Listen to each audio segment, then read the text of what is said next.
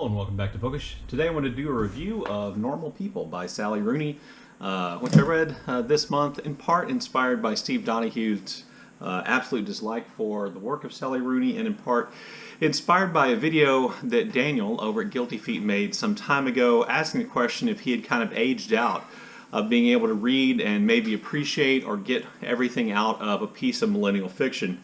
And I responded relatively flippantly to Daniel that, oh, sure, you can, it'll just be different because of the age you are than, somebody who might be a millennial or be in their 20s might get from it, which I still think is true. But, it occurred to me that I might want to read Sally Rooney before making a judgment or before, backing up an offhand comment like that. So this month I decided to read Normal People.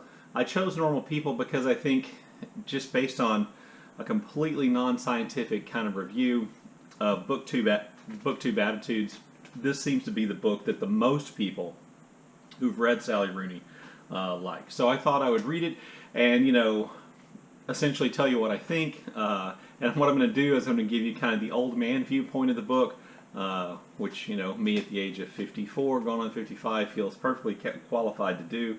And then tell you what I think about the book that was good, because I do have an opinion on both sides. One of me, the old man, I hate everything side, and the other, hey, maybe there's something to this side. So if you haven't read Normal People, I'm not really going to go into great depth about the plot, because there isn't really a lot to the plot, other than essentially it is a story about a relationship between two characters, Marianne and Connell. It's set in Ireland. Marianne is the daughter of a wealthy family, Connell the son of a single mother who cleans the wealthy family's home. He and Marianne, when they're in America we'd call high school, enter into kind of a sexual relationship which he wants to keep quiet, and so that his friends don't know, because Marianne is an unpopular, kind of hated figure on the campus where they go to school. So we see that relationship through high school and its ups and downs, and then into college, and then beyond college. And essentially what we have then is an on-again, off-again kind of relationship between these two people who, we, the readers, know have a real bond, let's call it love, between one another, who seem to need one another to feel right, but which there are all kinds of problems that exist within that relationship. And essentially, that's the plot of the book. So, old man things. So my first old man reaction is 260 pages about a relationship between 20-year-olds. That seems excessive. I mean, a lot of things happen in those 260 pages, I suppose, but it's essentially, some version of the same thing over and over again. Betrayals, misunderstandings take place, and then the two end up back together again, and then they're apart, and then they're dating, and they're not dating. Anyway, they're never actually dating, which I'll get to in a minute. So there was that. There are, lines in the book which are just, young people angst, where one character will say, is this what life really is? This kind of stupidity and meaninglessness. There's a conversation about the morality of working versus not working, and contemplation about, how we spend our time, the short, lifespan we have, which, to an old man sounds kind of odd to hear 20-year-olds talking about how short their life's going to be and all the things that they want to do. So there's stuff like that. There is a conversation between Connell and his mother, which, pretty much struck me exactly as an old man, which sounded exactly like an old man thing I was asking throughout the book. So Connell and his mother, who essentially has raised him his whole life. She's been a single parent her whole life. Connell's mother, whose name is Lorraine, says, "When did you two split up then?" Lorraine asked him.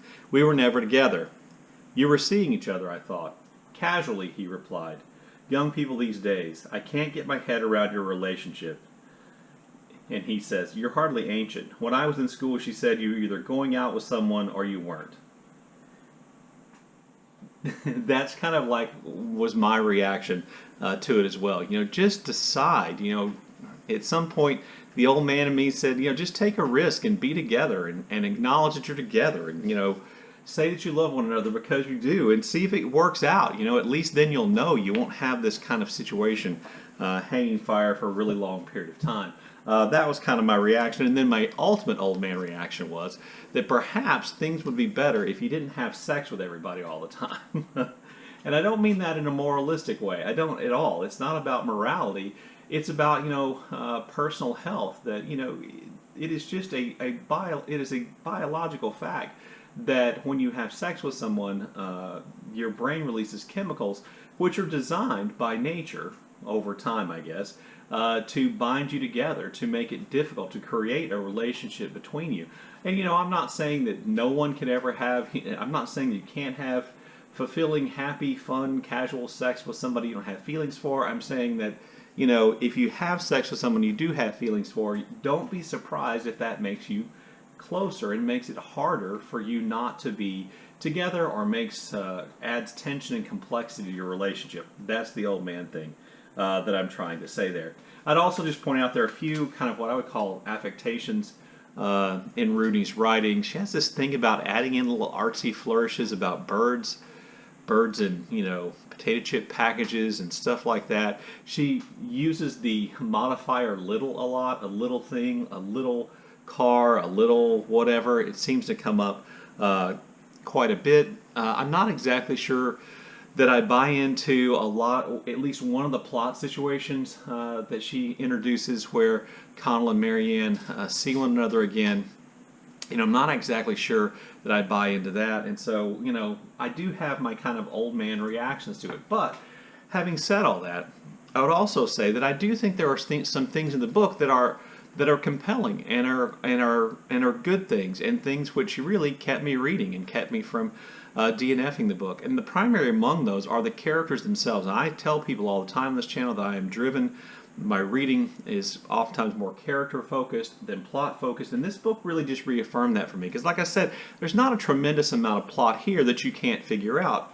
There's not a tremendous amount of plot here that you can't find in any 80s teen movie where awkward boy falls in love with popular girl, or awkward girl falls in love with popular guy, and they end up in love. You can't. That's there. There's the whole friends with benefits things, or if you're older, maybe a Harry Met Sally thing. There's even elements of the kind of old disturbing movie Breaking the Waves in this book. So, and there's not a lot of new plot stuff there, but I did find the characters to be interesting because they are either, in my opinion, flawed, or they are incredibly complex and in lots of ways broken by very real things. So I don't want to give too much away, but Marianne is the victim of abuse. That's what I'm going to say, and that definitely throughout the book, what you learn and what I find more and more compelling is how her inability and the fact that nobody gave her help in dealing with this abuse, how that colors her relationships moving forward, and how that affects her relationship with Connell. And so I find her to be a really compelling, interesting character. Connell, for his part, to me, is far less interesting, and I even wrote in the margin of the book that Connell is a douche because he seems to be the one who is resisting throughout this relationship with Marianne, and unless you're just like an anti-romantic, in some level, I think we want the two main characters to get together and to be happy, and he seems to be the one resisting that. He's the one who wants to keep their relationship a secret. He's the one that denies the reality of the relationship to his mother, and so on. And so he really comes off as a douche. By the end of the book, though, I think you realize that Connell understands that Marianne has been, in some ways, I'm just going to use the term broken because I can't think of a better word, has been broken by her experiences in the past. And he comes face to face with those things, and he realizes those things. And he realizes, in a sense, that he fulfills this role that she needs in her life. And then he has to decide how he wants to do that. Does he want to do that? Does he want to take on that role? Will that be taking advantage of her? And that is a really complex thing. So I still kind of think that Connell is a douche. douche canoe, I think, as somebody said. I do think that's true of him, but he is in a difficult situation, and despite my relatively short dating life since I married a girl I went to high school with, and we've been married ever since, I do have some experience, with dating someone who was an abuse victim, and I don't know. I'm pretty sure that 16-year-old me didn't deal with that situation very well, and found that to be something that was a little bit beyond what I was ready to deal with. And so I'm going to cut Connell some slack for that. So just in terms of characters, I would say that those two characters are compelling, and those two characters make the book made the book worth continuing to read. I don't think that relationship and those characters are necessarily unique enough. I don't think their angst spoke to me.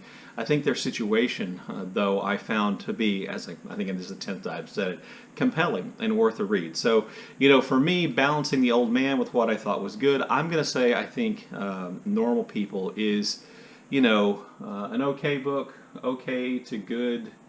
There are some real writing issues in the book, I will say that. There are some obvious plot things. Times it reads a little bit like a YA book. Anyway, I do think the book is okay, and so I don't do stars, but it's not all the way good. It's certainly not great. It's okay. Anyway, there you go. There's my Old Man review of Sally Rooney's Normal People. I look forward to your comments in the comment section below, and as always, thank you for watching.